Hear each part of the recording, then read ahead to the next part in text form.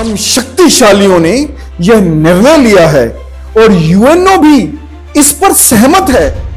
वैश्यों, अगर तुम्हारी भूख मिट गई हो तो कुछ कहूं, तुम इस धरती के लायक नहीं हो। तुम गालियों और लानतों से आगे जा चुके हो। फांसी के फंदे तुम्हें छूना तक नहीं चाहते। इलेक्ट्रिक चेयर तुम्हारे नाम से शर्मिंदा है।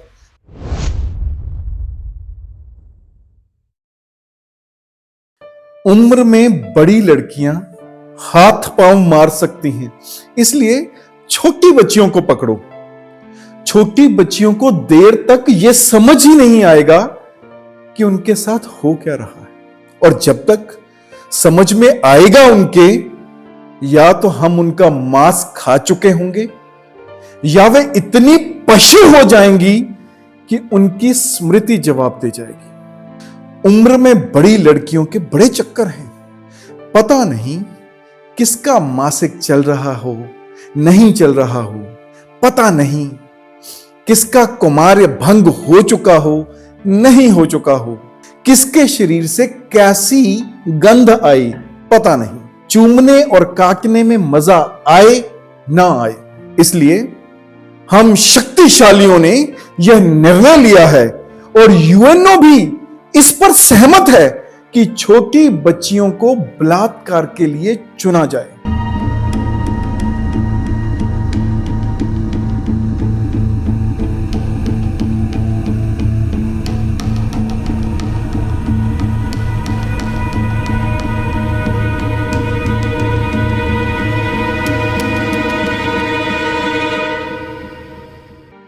उम्र में बड़ी लड़कियों का बलात्कार एक पुरानी और सड़ी गली अवधारणा है। क्योंकि हम विकसित देशों के राष्ट्राध्यक्ष हैं, इसलिए हम सभी 21वीं सदी में 22वीं सदी का स्वप्न देखेंगे। आखिर कब तक हम 18, 20, 22 बरस की लड़कियों को काटेंगे, नोचेंगे, चूमेंगे और चाटेंगे?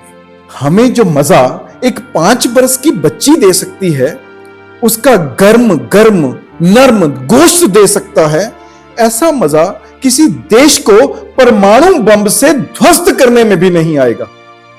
वह अमेरिकी राष्ट्रपति मूर्ख था जिसने हिरोशिमा और नागासाकी पर बम गिराए।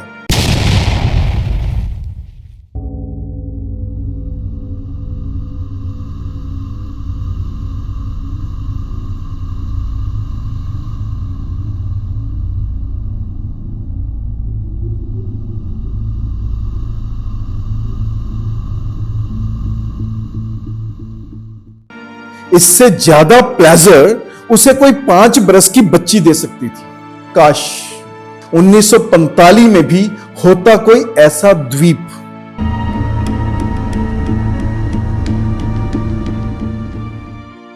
जहां पर नावों में बांध कर लाई जाती बच्चियां, फिर हम लोहे के जाल फेंकते उन पर, उन्हें मछलियों की तरह तड़पते देखते।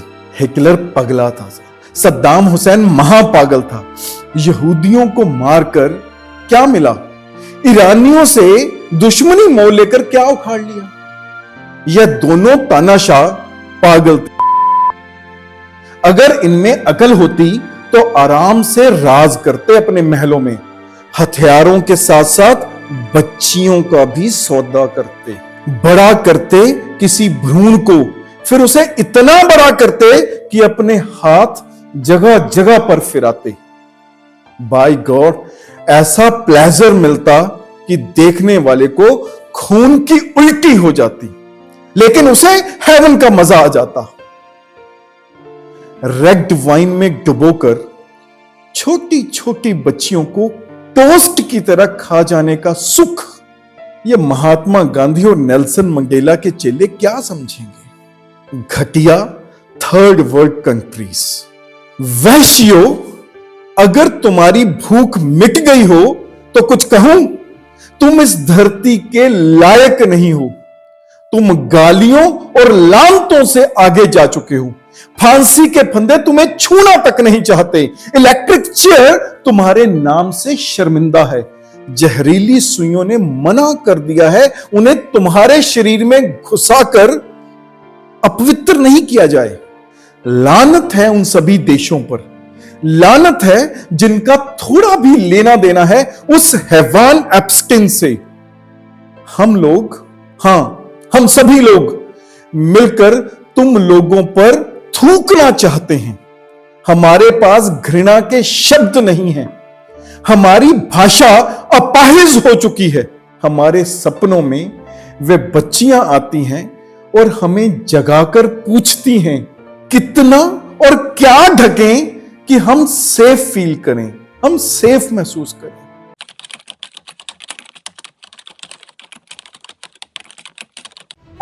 Look at my paper. I think a big one. Yellow paper, so far.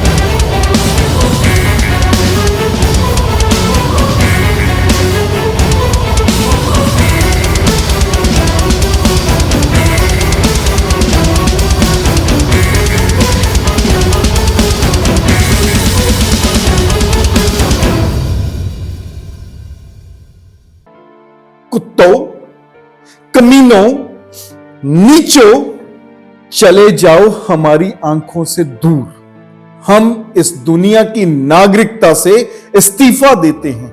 हम नहीं हैं यहां के निवासी। हम यहां पैदा हुए मच्छर हैं, ततैये हैं, कबूतर हैं, लेकिन मनुष्य नहीं। हम इतने नपुंसक हैं कि एक तीखी मगर दबी हुई प्रतिक्रिया बनकर रह गए हैं। हम बम की तरह फूट नहीं पा रहे हैं। हम तुम्हें राख नहीं कर पा रहे हैं। हम कुछ भी नहीं कर पा रहे हैं। बच्चियों, प्यारी बच्चियों, बहुत मासूम बच्चियों, आओ, हम तुम्हें जीना तो नहीं सिखा सके, लेकिन मरना तो सिखा ही सकते हैं। दीवार से सर फोड़ना सीखो, धारदार चीज से नस काटना सीखो, जहरीली चीज को निगलना सीखो, किसी भारी व्हीकल के आगे आना सीखो। कविताएं ही कविताएं हैं चारों ओर। एक भी कवि नहीं है दुनिया में।